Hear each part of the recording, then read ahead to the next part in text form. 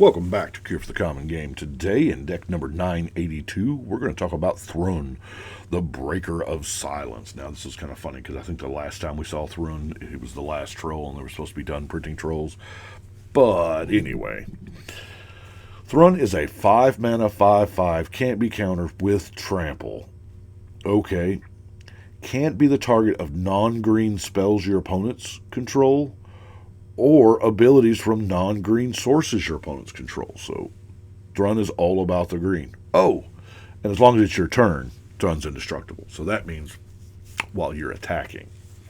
So, this is a very Brian Canada deck. I know this is play big, mean, smashy things, great big monsters, and let's have fun with it.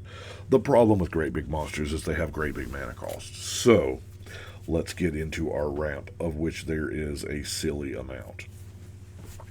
We're going to roll it pretty quick. Overgrowth, Wild Growth, 3 Visits, Nature's Lore, Rampant Growth, Nissa's Renewal, kind of like that. Kodama's Reach, Fertilid, not bad. Rampant Growth, Galanra. It's a 3-mana mana rock. Or to mana dork, but you can draw a card if you cast something big. Llanowar Elf, Cultivate, the Dictative Karametra does help everybody, but the Mana Reflection only helps you. And it does things for your Mana Elf. If you'll notice, you didn't see a single Soul Ring, Arcane Signet, things like that. Thrun is a troll, and in classic old-school green fashion, we hate artifacts. In this deck, we hate artifacts. Now, you're going to see some old-school cards in here. I'll go slow so that y'all can screenshot them, because some of these cards you may have never seen before. We'll get to it. You'll know it. Let's look at our card draw. As I said, we do not like artifice, so Viridian Revel seems to fit. Whenever an artifact is put into an opponent's graveyard from the battlefield, you may draw a card. Now, a lot of artifacts just naturally put themselves in there just by using them. Yay. But sometimes artifacts need a little help to be put in the yard. We got a Harmonize and a Greater Good. I know this was a special card for me now. And then Toski. Toski is just a good green creature deck card draw. So, what green creatures are we playing? We're going to start off with Goreclaw, because, might as well make them cheaper. Zopandrel. I like double the power and toughness of my team. That's cool, especially when the team has a World Spine Worm on it. Or a Rampaging Bellus. Now, I have Elvish Spirit God. I probably should have put that in the mana ramp section. Yeah, probably. But more times than not, I draw it when I don't have any other cards in hand. So, Mire Boa. Now, I know you're looking at this going, Brian, I thought you said it was big. Mire Boa is a good early drop, a good blocker since it does regenerate. And that Swamp Walk is going to do great and terrible things because the Urborg is still more popular than Yavimaya at tables I have seen. There's just more copies out there. And so, hey, everybody, all lands are swamps. All right, bet. And if you happen to get the Blanchwood, you're home free.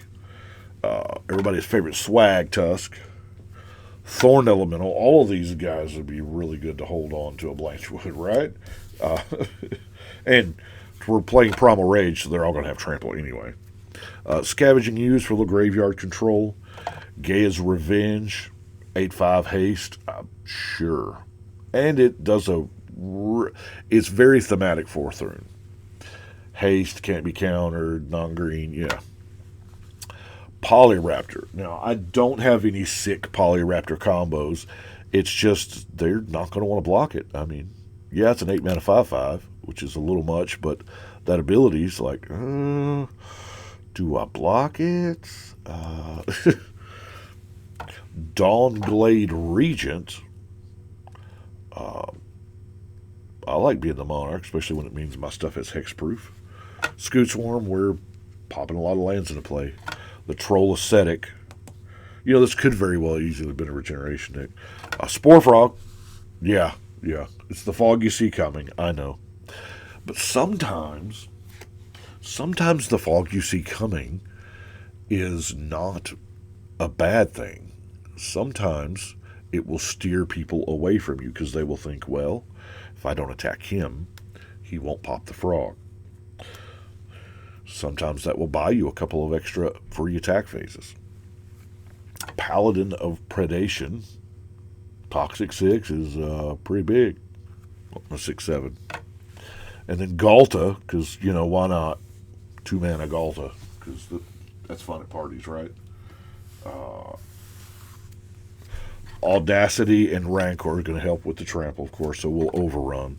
Now, as it turns out, Thrun was actually raised by giants. Did you know that? Well, I'm saying he is, because 10/10 is pretty sweet. Got a little miscellaneous stuff, a regrowth and a Balagad recovery, because, wow, that's such a good card. You can optionally play it as the land. It's neat. Threats undetected. Unlike the others, this one doesn't really cost you anything. You search your library for 4 creature cards with different powers. Okay. Reveal an opponent chooses 2 and they shuffle those 2 back in. You get the other 2. So, yeah. They don't go to the graveyard or anything. So, Hum of the Radix. Each artifact spell costs 1 more to play for each artifact its controller controls. So, the more you got, the more it costs. It's that reverse affinity. And then Genesis Wave. Genesis Wave, probably not that good of a card in the deck, per se, but we do have a lot of ramp. Probably going to take this out for something else because of the amount of instant sorceries we do have in the deck. Yeah, Gen Wave. You like Gen Wave in a lot of permanent heavy decks. And for removal, Return to Nature, Naturalize, Reclamation Sage, Tribute to the Wild, Winter Blast. Here's where I'll pause. Yes, it is a sorcery for X. Tap X creatures so you can, right there, you can tap out somebody's team to get the Alpha Strike, right? Winter Blast deals 2 damage to each of those creatures with flying. 2 damage is not going to kill a lot of flyers. It's not. But it's a bad day for fairies. Pirates, you know. My pirates, anyway. The pirates y'all saw yesterday or day before, whenever that was. But yeah. The main reason I've got it in here is blocker removal. Tap your team, die, essentially. Acidic Slime, Nature's Claim, Creeping Corrosion. Wipe them all. Get them all gone. Beast Within. And what about this Barroom Brawl? This is what I like this, because this is the advantage of having the biggest creatures on the table. Target creature control fights target creature the opponent of your left controls. Then that player may copy this spell and may choose new targets, so they have to choose to the left. So everybody punches the person on their left. And if it gets around the table and a lot of creatures die, hey, good for you. If you just spent 2 mana and killed 1 creature, also good. There's no bad rates for this thing. We have a Terastodon. Now, I talked to you about Urborg being the more popular of the 2. Let's look at Life Force. This is ridiculous with the amount of ramp that we have. It is possible that there will be somebody at the table playing mono black or any kind of black. Black, I mean, it's a very popular color. Some would say it's one of the top 5 colors. But to green counter a black spell, wow. That is some power level that we just don't see anymore. Which we don't. They printed this card in 95. This is a reprint. But amazing. Yeah, Life Force. And that brings us to our non-basic lands. The Slippery Karst and the Desert of the Indomitable just cycle lands. If we draw them late, we can cycle them away and draw something else. And then, similar, the Hunter Maze.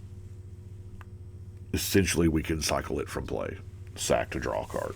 So that is what we have got for Thrun. Just big beater creature doing big beater creature things. You know, I kind of like that.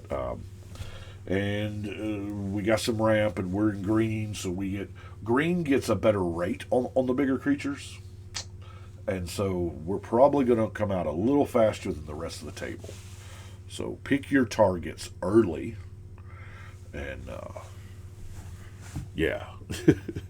That is what we've got for today. I do appreciate y'all watching. But we're going to go ahead and shuffle and cut.